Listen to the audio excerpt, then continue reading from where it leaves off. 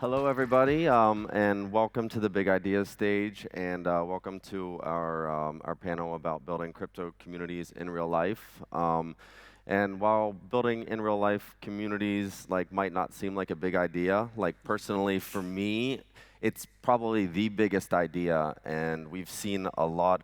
We have a panel here of people who are very experienced in this. We have a combination of Solana, multi-chain, virtual, in real life. We wanted to kind of get a mix up here to share those perspectives. But we've seen so many different sort of communities pop up, more recently in Solana, the super teams and the meta camps and the soul meets, and it's just been really incredible and super powerful. And as Solana Foundation, specifically as an organization, the more of these things that pop up and the more the community that takes this role over, the more decentralized this whole thing becomes. So with that said, I'm going to kind of pass it down the line and let everybody introduce themselves and tell them what in real life or virtual sort of community they've been building and kind of why. So yeah. Awesome. So my name is Colin. I work on the developer relations team at Solana Foundation. And as a side project, I founded a NGO in Sierra Leone called Christex Foundation. And we're actually building a physical, in real life, in-person school in Sierra Leone. Hi, guys, my name is Justin. I'm the founder of Dapios, also Soul Meat.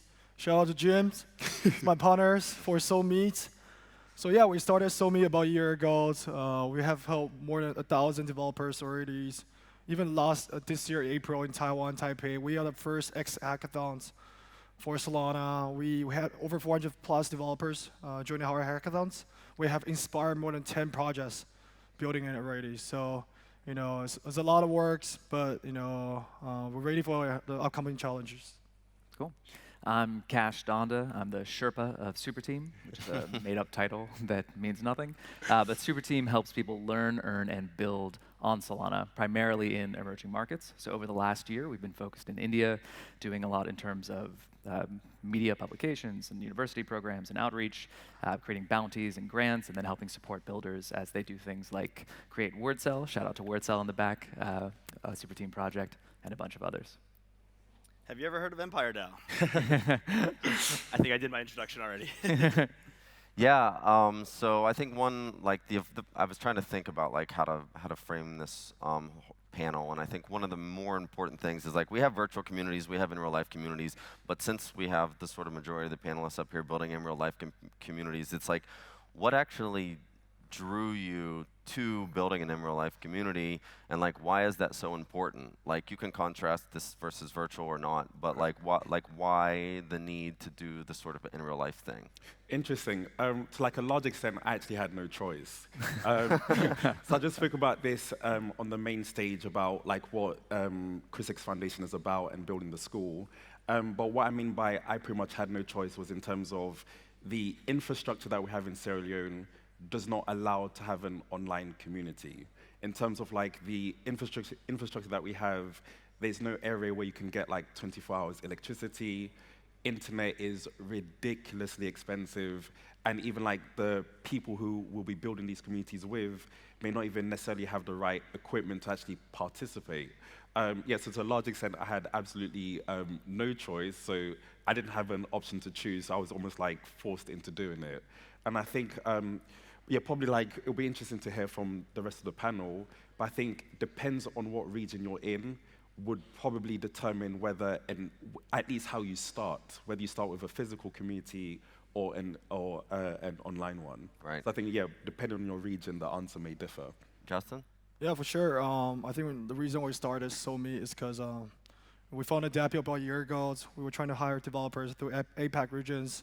It was very hard, honestly. We've been getting a lot of complaints saying that there isn't the right documentation for the new developers to learn about coding on Solana. So me and my partner Jim, we figure out if nobody's gonna do it, we're gonna do it. We started the first workshop in the APAC region, perhaps.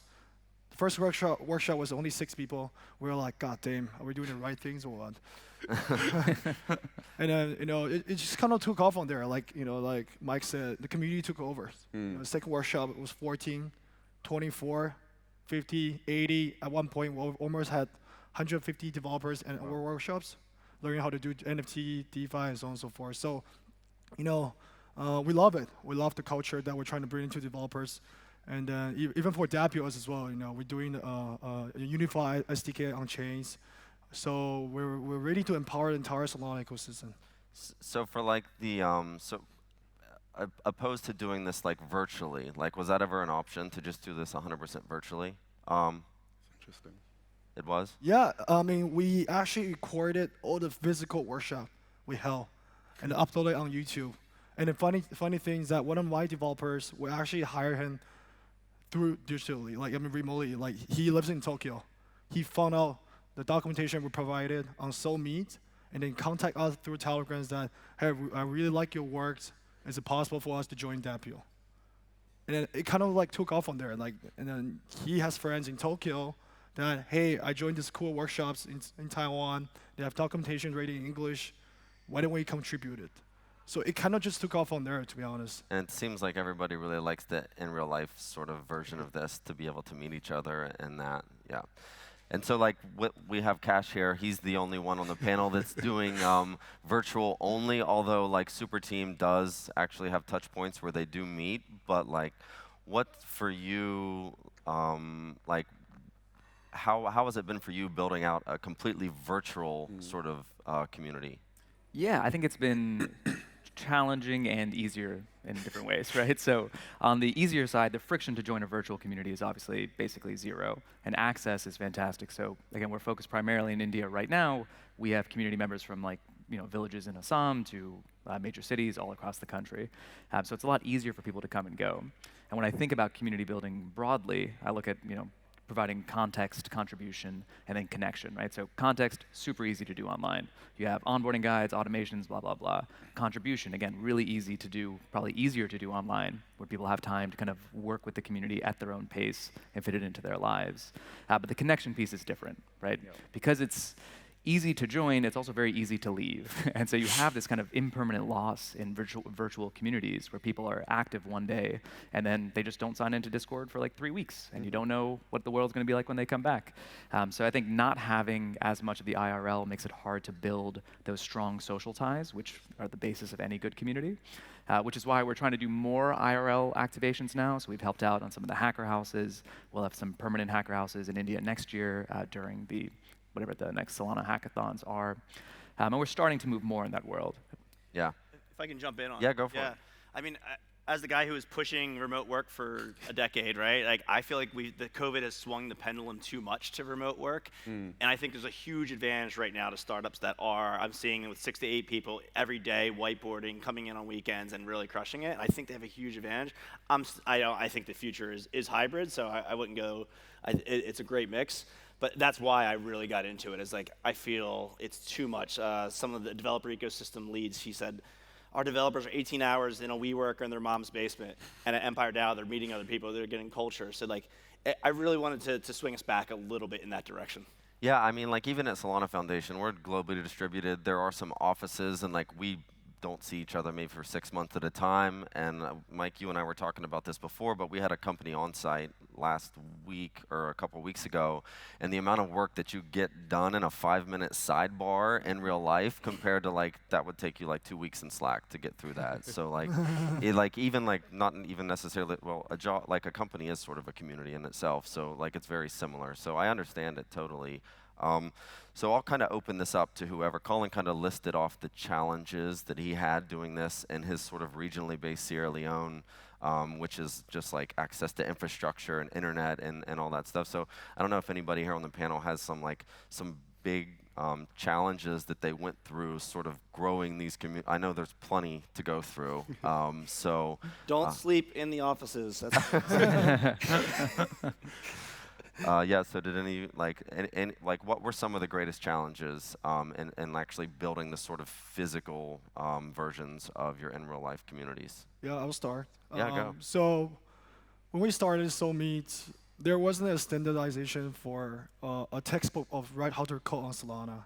So we really dive into one of the few fundamentals that what is Solana in a technical ways. Like how can we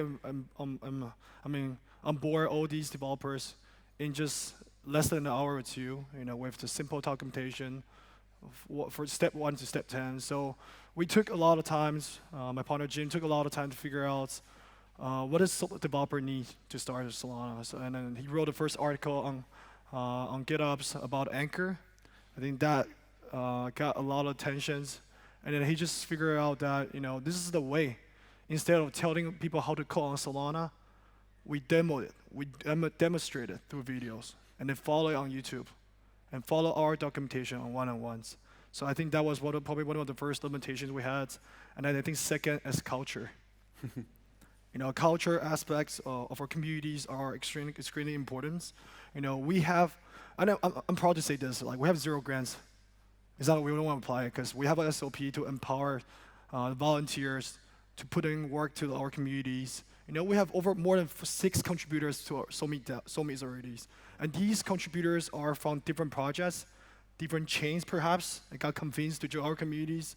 They really like this community where, we are trying to empower everyone, so. Yeah, and I mean, like, you guys, I think, are probably like one of the groups, especially on Solana, that like less people have known about, because you've kind of just like under the radar. I remember like a few months ago, or like maybe 4 or 5 months ago, I saw like this photo of like this packed room of like a workshop, and I was like, who the hell is that? And like they were like, oh yeah, that's Dapio and Solmeet, and I was like, okay, yeah. I remember that. But Mike, you and I had talked about this a bit ago. You said basically Empire DAO has consumed your life. That seems like a big challenge. Yeah, it's tough. I mean, we want it to be 24/7 because people do work wherever. We don't want to be like, hey, it's 3 in the morning, stop working. So we wanted to keep that culture. But with an IRL space and having worked in software for so long, you kind of forget that you need security and cleaning and things, and the internet goes down and the air conditioner goes out, and like all these things that keep you up 24/7. So it's been an extreme challenge, like going back to the real world where I grew up in. It's been extremely hard from having that software mind of like we're just coding and then Yes. Oh, go ahead. Yeah, I was going to say, I think it's actually interesting because I think it largely depends what you want to optimize for. So like, for example, at the school in the initial stages, I'm trying to see like if we can form strong ecosystem projects that are like birthed and based in Sierra Leone.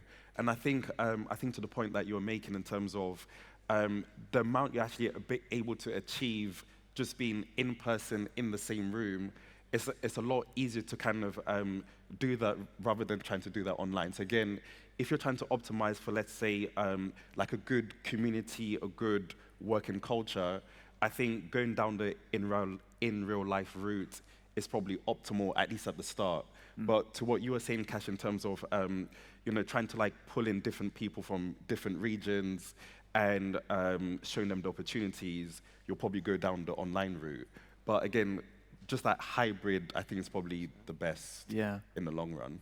I think for us, as we've done some IRL activations, that it's really required like more trust. I think creating vibes in real life is a lot easier, but kind of curating vibes is a lot harder, right? Like on Discord, I can see every message, and every other community member can see every message and get like a sense of how people are acting. In real life, you don't have that oversight, not only just like as a community builder, but people within the community, right? You can only talk to the people that are right in front of you. So finding ways to provide that kind of like visibility and make sure that the vibes are actually immaculate in real life, I think is a little bit trickier, or it has been for us.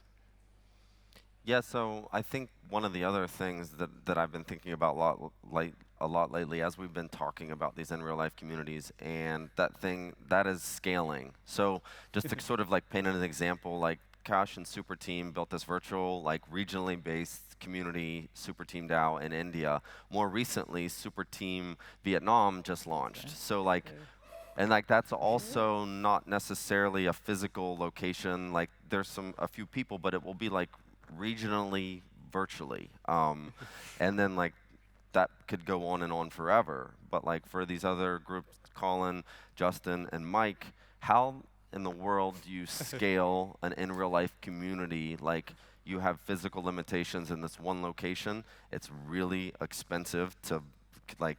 There's funding that has to come in. Like how do you scale that, and like how do you even monetize to scale that? So there's a bunch of like sort of questions in there, but like how do you scale that in real life community? Yeah, I guess I can and be able to manage it. Yeah, I guess I can start riffing off of that. I think in terms of, I don't think scaling is a problem, but I think as you highlighted, there's like capital involved. So in a world, unfortunately, we don't live in a world where there's like infinite capital, but in that world, like scaling these physical locations isn't actually an issue. We can print more money. I'll take it. So like we already know there's like companies who have like multiple offices like around the world. So like scaling globally physical locations isn't a problem. It's a problem that already has existing solutions. It just requires capital and I guess finding like-minded people to actually run the physical facility in the various locations that you actually decide to like launch in. So yeah, I think scaling is not an issue. It's just about finding the capital and also like finding the right people who can at least continue the culture that you've started. That's probably going to be one of the challenges in terms of finding the right people to actually continue what you've started. Right.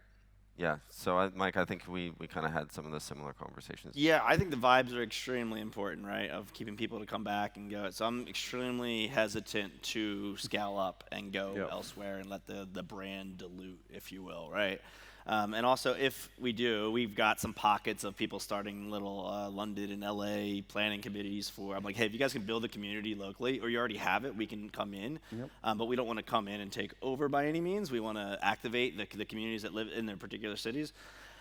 But at the same time, we're so early, right? We're 6 months in, so we're just figuring out like if we can do that, or should we just do one location per year and go really slow? So it's on the table for us. I think it's going to be extremely hard for us to scale, kind of like what we're doing, but also could be very simple in terms of open source DAO type model where we're enabling like Solana Spaces. That concept I heard yesterday was brilliant in terms of like letting people activate the brand elsewhere. So I also see a path that like we could scale this up if others step up and do it. Yeah, and I think Colin kind of hit on it. Like you have to find, and like the Super Team had to do the same thing with in terms of Vietnam. You have to find those right people, the ones that just sort of understand the mission, that sort of just are ready to go, and you hand over a playbook, and it really does take the right people to be able to like carry on that sort of vibe, as you said. Well, actually, another thing with that, I don't know how many people call like the Solana Spaces talk, and I guess they are in real life, maybe not community, but it's an in real life thing, and they're kind of like solving the scaling problem with Spaces now, in terms of like you can now almost like choose to opt in to run a Solana Space in whatever region you find yourself. I guess that could be an option for us who are building in real life communities, almost like a DAO or like a franchise model in terms of if you wanted to run Soul Meat in Vietnam, this is like the playbook on how to do it. This is like the blueprint that at least we followed. Adapt it and modify it to fit your locale and run with it. So maybe even the culture doesn't even need to be the same. The culture can almost afford to be different because in different parts of the world, there's different culture anyway. Sure. So. Yeah. I just want to add on to that. I think definitely, I think leaderships is something that we're looking to scale in the next phase for Soul Meat. Our strategy is very simple. Is that we know next generation of developers coming to Solana are mainly going to be the kids in universities. So we've been heavily invested in our time into Solana textbooks. Interesting. So we haven't released this notion, but me and Jim been talking about we want to build the first Solana textbooks. Oh, wow. That are available for the space and for developers, for builders, for founders. So, I mean, again, we were looking for talent, and for Vietnam, I know Super Team just pivot in there. We've been talking with Coin98s in Japan, UXDs, quite a few protocols. They really like this idea of Solana textbooks that can empower anyone in any regions across the world. So, yes, I see a lot of talented people on the stage as well. You guys are interested in scaling Solana textbooks or helping SoulMe, let me know. Yeah, so Cash, like we've kind of been talking about challenges of scaling around in real life. Virtually, I think we need to sort of do the comparing and contrasting is like, how hard was it for you guys? I know that Super Team is also somewhat capped, like in your scaling. So, but like, what challenge have you seen, like as you, the Vietnam stuff comes up, and like, what challenges have you seen with that? Yeah, I don't know if this is a hot take or not, but I generally don't think community scales very well. I like audiences scale really well. People are used to that because audiences are one-to-many. Communities are defined by the strength of the social bonds between the members, and as you add in more people, oftentimes you end up diluting that, and the community actually loses some steam and power.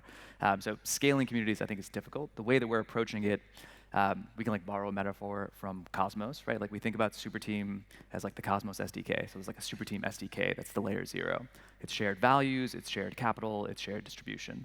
Then we have these individual app chains in each of these countries, like India, like Vietnam. Each have their own responsibilities around identifying talent, creating earning opportunities, doing IRL activations, and so forth. So we're able to scale across multiple places in that fashion, but in each market, we want to keep it relatively capped. Yeah. This requires us to do things like churning members who are not actively contributing, but that's actually great because it kind of motivates people to stay actively engaged because now they have something to lose if they're not actually, adding value back to the community. So it can be difficult on the optics side, right? Superteam is not permissionless. You can't just join. But on the bright side, you can't buy your way in either, right? You have to work your way in. But once you're in, you want to kind of keep staying actively engaged in order to remain a piece of it. I think what's also interesting is like the alternate side of that. Like in terms of like, do we actually need to scale? Because I think unless you're trying to build like a global brand, like maybe Chris Foundation doesn't actually need to scale outside of Sierra Leone. It's just maybe we can just provide the blueprint like, hey, if you want to do this in your region, here's what we did, try it out, see if it works, but it's nothing to do with us. So in terms of like that, maybe not everything needs to scale. You can just replicate, but put your own branding, your own thing on it, and just see how it goes. That's actually a really good point because you're talking about like a brand such as like Superteam Yeah. and like Empire DAO, or a brand that's sort of like are trying to scale their communities. But like for Chris Foundation, maybe your idea is like, no, I just want to work on this one thing in this one place with my people, and I'll just share my learnings with like maybe other communities in Africa, and they can just spin it off Exactly. themselves. So Yeah. like that's actually a really good point. This is a little bit off topic, but I did want to sort of bring this one up. Is like we have three people on the stage that are solely focused on Sol, and then we have Mike here who is multi-chain. So like I'm just like really generally curious what people's thoughts are on that. Like I sort of have my own thoughts about like what is more impactful. Like sometimes like wider is not better than deeper, and like so like what does anybody have any thoughts on like how that sort of impacts your community when you have like multi-chain like and not focus solely on one group? If I may, yeah, I mean, I take it back to I bounced around a lot in my 20s. So I lived in 5 countries on 4 continents, and then you would occasionally come back, and I'd hear the American who's never left his suburb and be like, "Oh, that country sucks," or it's like you've never been, man, like you've never experienced it. And so last year, I'm a degenerate NFT collector, so I've got NFTs on different chains, and I wanted to be in like the monkey DAO of all the chains as it grew. And I would hear the same ignorance on these spaces of people talking about different chains. And I'm like, you don't know what's going on over there. Like, they have different features. They have different audiences that they're going for. Some are going specifically for the old school financial banks, and that's going to be there. So as this entire planet shifts to this part, the tool usage will be all over the place in terms of nobody can be a Swiss Army knife. If you are, you're not going to be the best chain. There can be no best chain. There can only be several, in my mind. And then as a community, I think it really helps for us hey, we're moving towards a more decentralized future together, however we do it. So I'm legitimately, anybody who like trash talks in our Telegram, we delete it like immediately. That's part of our core values is that we are open-minded with each other, that we are building together. We're still early, right? Like there's still a huge amount of the population, all of it, that we have to convince that this is going to be good, and we have to do it through solving problems. And if we have to solve problems on the multiple chains, then so be it. That's interesting. Almost like to add to that, I think for sure maybe we can all agree that the future is going to be multi-chain anyway. But I guess almost like the questions we might have to ask ourselves is, are we trying to build a Solana community, or are we trying to build like a blockchain or Web3 community? And I think like as a whole, I'm bullish on blockchain in general. So for example, if somebody theoretically was to approach me and say, hey, I know your school is Solana focused. Can you do some like Ethereum courses? I'm no Ethereum expert by any means, so if you want to come on board and provide that as an additional course at the school, I don't honestly see any issue with that because the future is going to be multi-chain. So how do we actually begin to like foster those particular learnings in different regions? Right. Yeah, that makes Yeah. sense. I- Were you? Yeah, I was gonna say, I think that like doing the single chain thing is kind of like building a town or like living in a town versus living in a city. Like oftentimes cities, there's more stuff going on, there's more activity, easier to get lost, right? Harder to kind of figure out what's going on. So for us, being like Solana focused only makes it a lot easier to understand like what the people in the community kind of need, what kind of connections they might need, and allows us to build those inroads on kind of a smaller scale. So I don't think it's like better or worse. I think it's probably a little bit easier rather than harder, but you know, that's just how it's been for us at least. Yeah. I can also add on to that. For some meets, we consider Solana as an ultimate layers for non-EVM peoples, and we've been advocating Solana. It doesn't mean we cannot go for multi-chain push. In fact, we were approached by Aptos and Sui in many ways that they really liked our culture and communities. We didn't say no to it, obviously, but obviously there are people that from our community has started studying on Move already.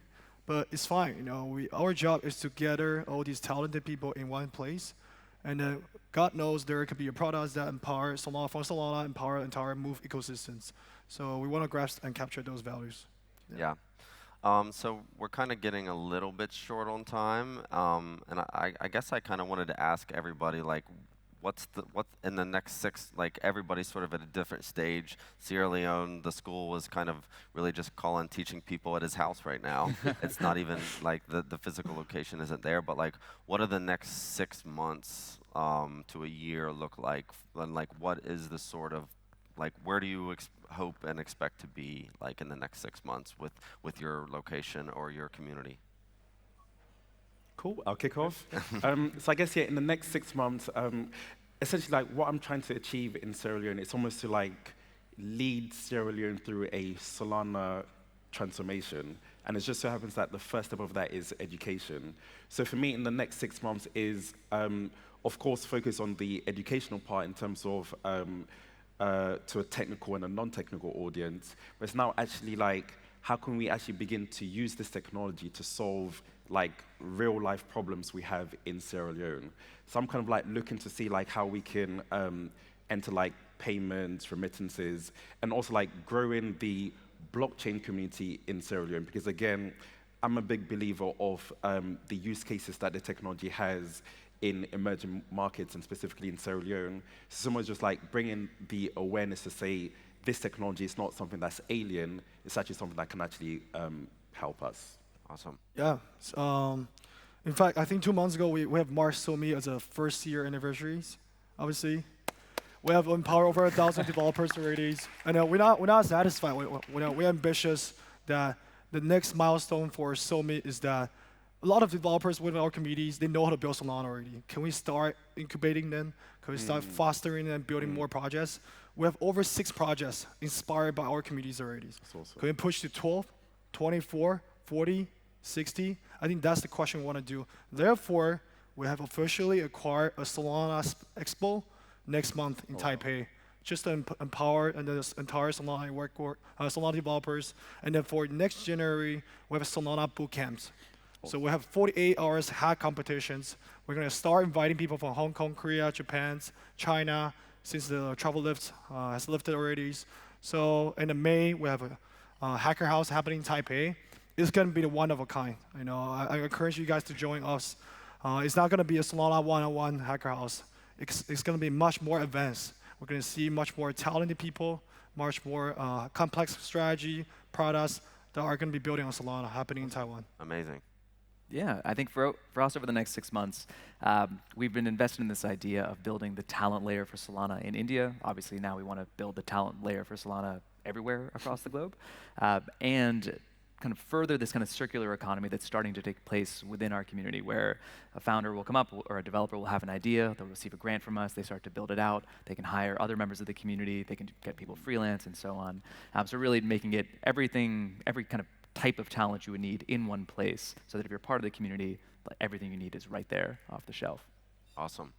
We need to figure out our model. We've, again, been 6 months, and we're figuring things out. We want to definitely get into mobile development as well, as, like, you know, the Saga comes out. There's a ton of mobile developers in New York, so we want to activate them through Empire DAO and start kind of red pilling, onboarding more developers from Fang and other parts of the world. And that's kind of like our mandate. The next bit is just continue to build the developer community on Web3 and on Solana.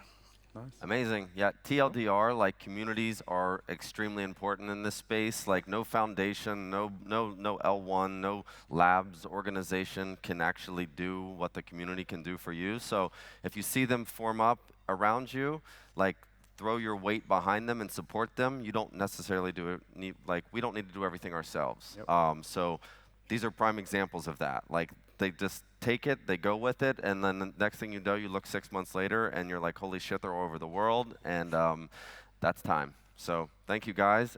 Thanking everybody for joining us. Thank you. Cheers, thanks.